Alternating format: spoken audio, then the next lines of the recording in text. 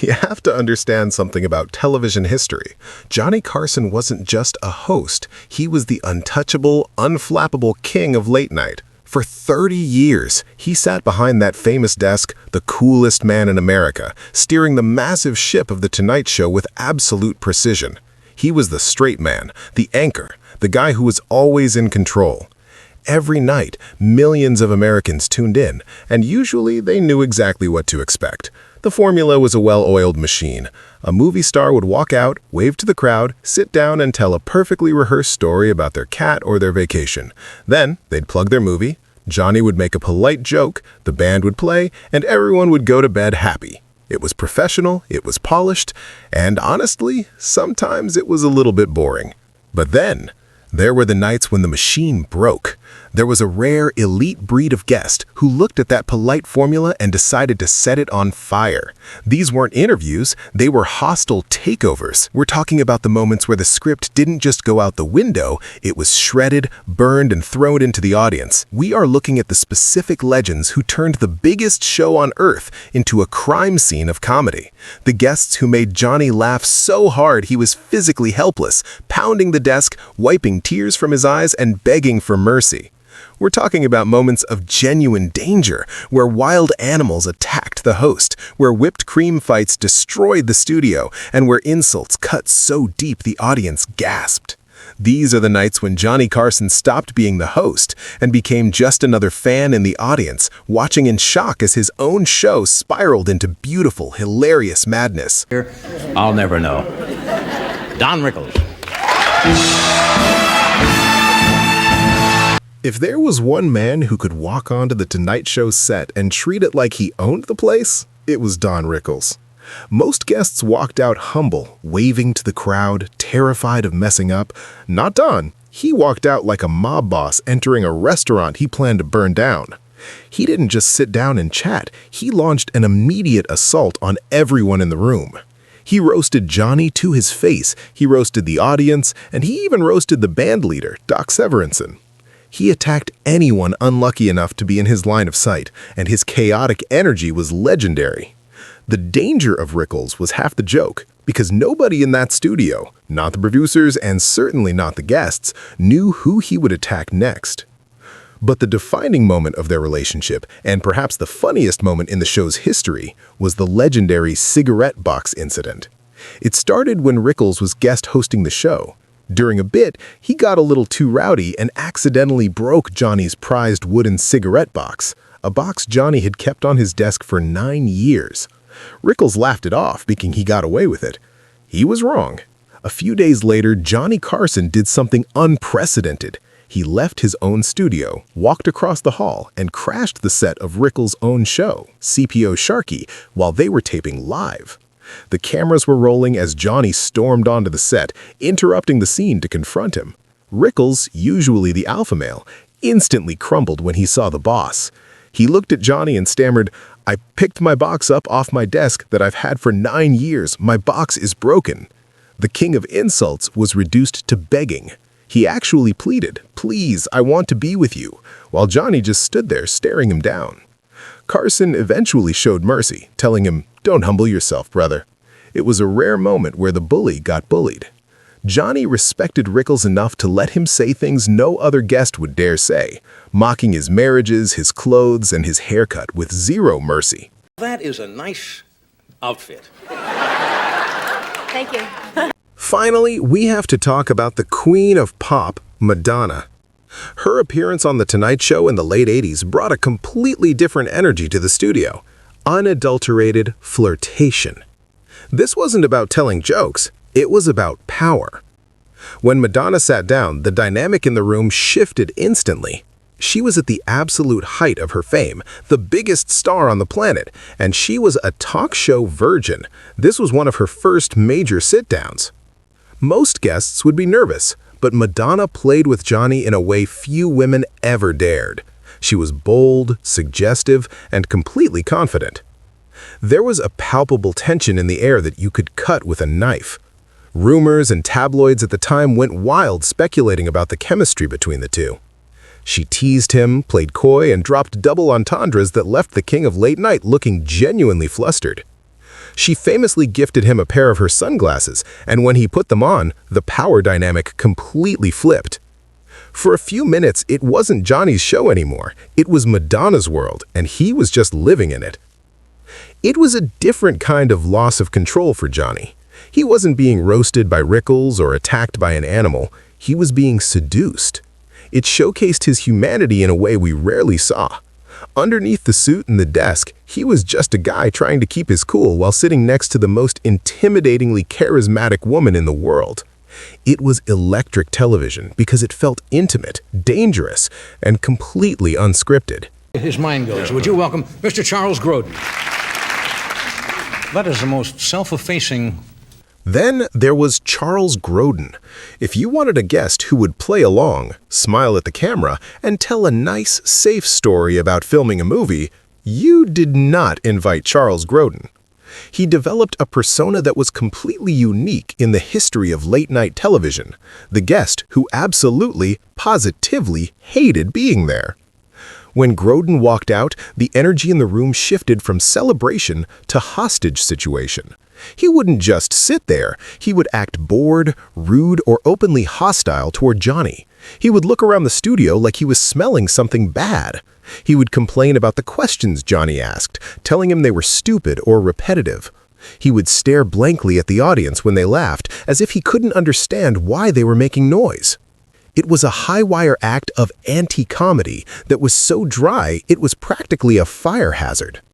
It was so convincing that rumors have swirled for decades that Grodin was actually banned from the show for a period because executives and even millions of viewers didn't get the joke.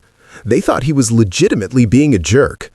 There were nights when he would shout back at Carson for interrupting him or refuse to answer a question, creating a silence so awkward you could hear a pin drop in the studio. People watched with their hands over their eyes thinking, "Oh my God, are they about to get into a fist fight?" But the absolute genius of it was that Johnny was in on it. They were playing a game of chicken with the audience. They created a friction that made everyone squirm in their seats. You didn't know if you were watching a comedy bit or a real-life meltdown. In an era of polite, polished celebrities who just wanted to be loved, Grodin's abrasive, grumpy character was a shock to the system. He proved that sometimes the funniest thing you can do on television is make everyone incredibly uncomfortable.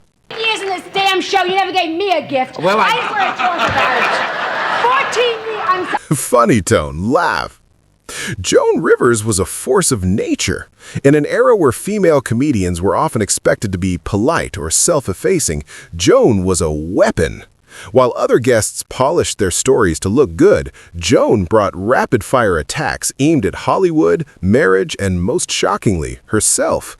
She regularly left Johnny Carson pounding the desk with laughter because she had absolutely no filter. She brought a ruthless honesty that cut right through the fake, shiny veneer of television. She would trash-talk celebrities by name, calling out the biggest stars in the world when no one else dared to whisper about them. She made jokes about plastic surgery long before it was acceptable to admit you had it, and she discussed her body, her marriage, and her failures with a self-deprecating brutality that was genuinely shocking for the time. And Johnny loved it. He respected that fearlessness because he saw Joan as a real comedian, not just a female comedian. He recognized that she was willing to go to the edge. He laughed at her most outrageous lines and actively encouraged her to push boundaries that other guests couldn't touch. For years, she was his permanent guest host, the heir apparent, the only person who could sit in his chair and hold the audience. However, there is a dark, heavy cloud hanging over this legacy. The transcript notes the tragedy of how their relationship ended over the infamous Fox show incident. The story has become Hollywood legend. When Joan accepted a deal to host her own rival late-night show, the communication broke down completely. Johnny, feeling betrayed, cut her off. It led to a permanent ban from The Tonight Show, a silence that lasted for the rest of Johnny's life. It remains one of the most famous and heartbreaking feuds in entertainment history, the day the laughter stopped. But during the years she was a regular, she was untouchable. Joan used words to shock the audience, but the next guest on our list didn't need to shock anyone. He just needed to stand there to prove he was a master. The same suit on for for 3 days because I like this suit. I bought it from the catalog, and I enjoy it. Sometimes a guest comes on who is so undeniably electric that you can practically see the history of comedy changing in real time. That was Eddie Murphy. When a young 20-something Eddie Murphy walked out to that chair, the dynamic in the room didn't just shift, it exploded. Most young comics, no matter how talented, looked terrified when they sat next to Johnny. They were stiff, they were polite, and they were desperate for approval. Not Eddie. He didn't seem like a rookie hoping for a break. He seemed like he already owned the world and was just letting Johnny borrow it for a few minutes. He sat there with a confidence that was absolute, wearing a leather suit and flashing a grin that lit up the entire studio. He wasn't arrogant, but he was completely fearless. He treated The Tonight Show not like a high-stakes audition, but like his own living room. The chemistry was instantaneous and infectious. Eddie had this machine gun laugh, that famous high-pitched heh heh heh, that would fill the studio and make the audience roar along with him. He would launch into stories about his family, his childhood, or his early days in stand-up, and Johnny would just lean back, fold his hands, and beam like a proud father. Carson knew talent when he saw it, and with Murphy, he wasn't just interviewing a comedian, he was presenting the future of comedy to America. It was rare to see Johnny look at a guest with that much pure admiration for their raw, natural ability. He let Eddie run wild, giving him the space to shine because he knew he was watching greatness in the making. It was a passing of the torch moment, disguised as a hilarious interview. The old king acknowledging the new king. My sponsors there? That audience is so nice. They're still applauding my monologue. When Bob Hope walked through the curtain, the atmosphere in the studio physically changed. This wasn't just a guest, it was an event. Bob Hope was a comedy giant, a living legend who had been entertaining America since before television was even invented. When he sat down next to Johnny, it wasn't an interview, it was a masterclass. The chemistry between them was unlike anything else on the show. It felt like two professionals sparring for fun. Carson always lit up when Hope arrived, genuinely honored to trade jokes with a hero who had been in the business for 50 years. The magic here was in the rhythm. It was surgical. They would volley back and forth like a tennis match. Johnny would set up a joke, lobby it softly over the net, and Bob would spike it down with perfect precision. Then Bob would set one up, and Johnny would return it. What made this so incredible was that Hope never phoned it in. Even in his later years, when other comedians his age were slowing down or relying on old stories, Bob Hope would come on the show fully armed. He delivered topical jokes, political zingers, and self-deprecating bits about his age with razor-sharp timing. He didn't rest on his laurels, he came to work. He treated Johnny as an equal, not as a kid who got lucky, but as a real comedian who had earned his spot at the top. It was a display of pure skill, civilized and witty. The audience was watching two masters at work. It was the old school meeting the new school, and the mutual respect was obvious to everyone watching. But if Bob Hope represented order, precision, and the golden age of Hollywood, the final guest from our list represented the complete and total collapse of civilization. Boy, thank you. That must be wonderful. That must be great. You know, when I was your age, I used to get applause like that. But If you wanted to see Johnny Carson lose all control of his show, to see the script not just ignored, but stomped on, set on fire, and thrown out the window, you just had to invite Burt Reynolds, especially if he brought his partner in crime, Dom DeLuise. When these two names were on the guest list, the producers knew one thing for certain: nothing was going to go according to plan. These segments weren't interviews, they were unscripted bar fights between overgrown kids. The moment they walked out, the interview was effectively over. Johnny was often trapped in the middle, laughing helplessly as the two of them proceeded to systematically destroy the set. They would ostensibly plan comedy bits ahead of time, but then completely abandon the plan 5 seconds in to just start physically attacking each other. We're not talking about witty banter here. We're talking about full-blown slapstick chaos. Whipped cream fights that left the expensive studio carpet ruined. Pitchers of ice water being poured over heads while the audience screamed. Rolling around on the floor, wrestling while Johnny sat at his desk, wiping tears from his eyes, realizing he had absolutely no power to stop them. Johnny eventually learned the only way to survive a Burt and Dom appearance was to surrender. He stopped trying to be the host. He would ask one question, realize it was hopeless, and then just lean back in his chair with his hands behind his head. He became a spectator at his own show, watching as Reynolds and Deloise turned The Tonight Show into a comedy boxing match. Sometimes the chaos was so infectious that Johnny would crack and join in, throwing a prop or dumping water on someone himself. But mostly he just watched the insanity unfold with pure joy. It was the ultimate example of why Carson was king. He knew that sometimes the best way to host a show was to just get out of the way and let the madness happen. So there you have it. The nights when the script didn't just die, it was buried, mourned, and forgotten. From the physical destruction caused by Burt Reynolds and Dom DeLuise to the psychological warfare of Charles Grodin and the literal life-threatening danger of Jim Fowler's zoo, these guests proved one undeniable truth about television: perfection is boring.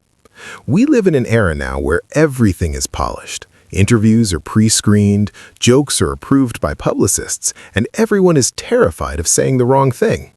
But looking back at these moments, we realize why Johnny Carson was and always will be the king. His genius wasn't that he could control the show, it was that he knew exactly when to lose control. He understood that the audience didn't tune in to see a celebrity recite a press release. They tuned in to see the cracks in the armor. They tuned in to see the most powerful man in late night get bullied by Don Rickles or seduced by Madonna. Johnny was the ultimate straight man, the anchor in the storm. He didn't fight the chaos, he rode the wave. When the set was being destroyed, he didn't call security. He grabbed a pitcher of water and joined the fight. When a marmoset ruined his hair, he didn't cut to commercial. He let the camera zoom in on his terrified face. He invited the madness in, poured it a drink, and shared it with America. These weren't just talk show segments. They were moments of genuine, unscripted humanity that we barely see anymore. They remind us that the funniest things in life are the things you can't plan for. But now I want to turn it over to you. We've looked at the insults, the animals, and the brawls, but who do you think owns the title of the funniest guest in Tonight Show history? Was it the fearless Joan Rivers or the chaotic Robin Williams? Or is there someone we missed who deserves a spot on this list? Let us know in the comments below. And if you want more deep dives into the golden age of television, make sure to hit that subscribe button and ring the bell. Thanks for watching, and we'll see you in the next story.